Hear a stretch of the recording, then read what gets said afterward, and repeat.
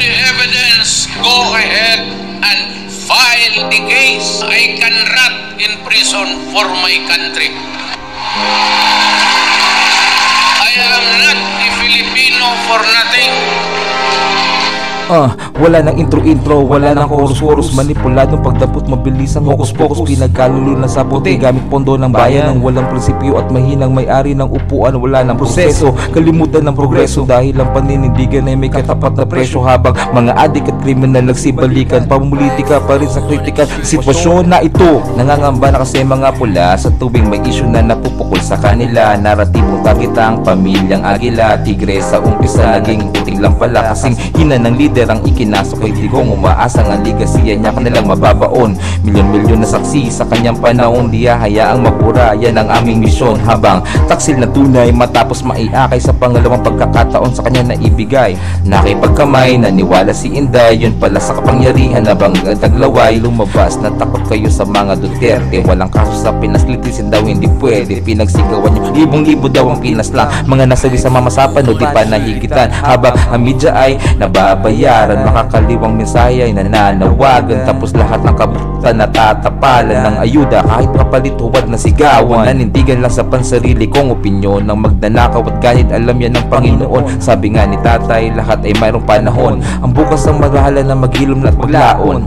Kanya-kanya tayong karanasan sa kamay na bakal na kanyang pamumuno. Di pa ba tayo natututo sa trapo at paulit-ulit lang na mga pangakong 20 pesos na bigas? Pwe, lahat ngayon tumataas. Nye, ang tawa ng iba basta lalong lumalakas. Subirin niyang liyurakan sa nabibiling batas sa labas. Ako ang managot sa lahat. This will be a long legal proceedings. And I say to you, I will continue to serve my country. Final message. Shit, we are not Filipinos for nothing. Marahas man naging resulta ng kanyang laban, kahit papano nakaramdam kami ng katahimikan. Gumaan ang buhay kahit na may pandemya, walang kwento ni Lando sa mga iskinita. Kay sarap maging Pilipino sa panahon ni Duterte. Pasalamat lang taos pagkat kami naging swerte, kahit sandali na bawasan ng katiwalian. Sana hindi ka na lang napalitan, kaya pakitandaan mo ito Pangulo, di ka mamahalin kailanman ng mga Pilipino. Maalala ka namin na siyang pasimuno ng gulo, kasi mahina ka na pinuno. We cannot remain silent anymore. You're a mistake, you shoot ang ina more. Ibinalik mo lahat sa lugmok ang Pinas, katulad ng tatay mong diktador. Mr. Marcos, you will never be loved, especially to us who are calling out Rudy Duterte's name. You will never be loved, Mr. Marcos. We will stand up and we will fight back. Aside you not being loved by the people, all you have is the government's resources and your term. Beyond that, you are nothing.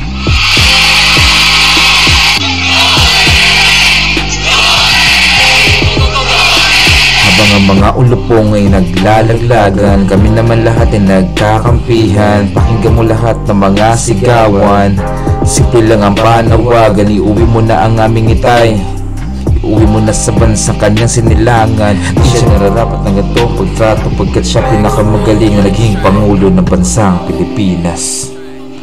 Tunay na makabayan at makapilipino, mas piniling isakripisyo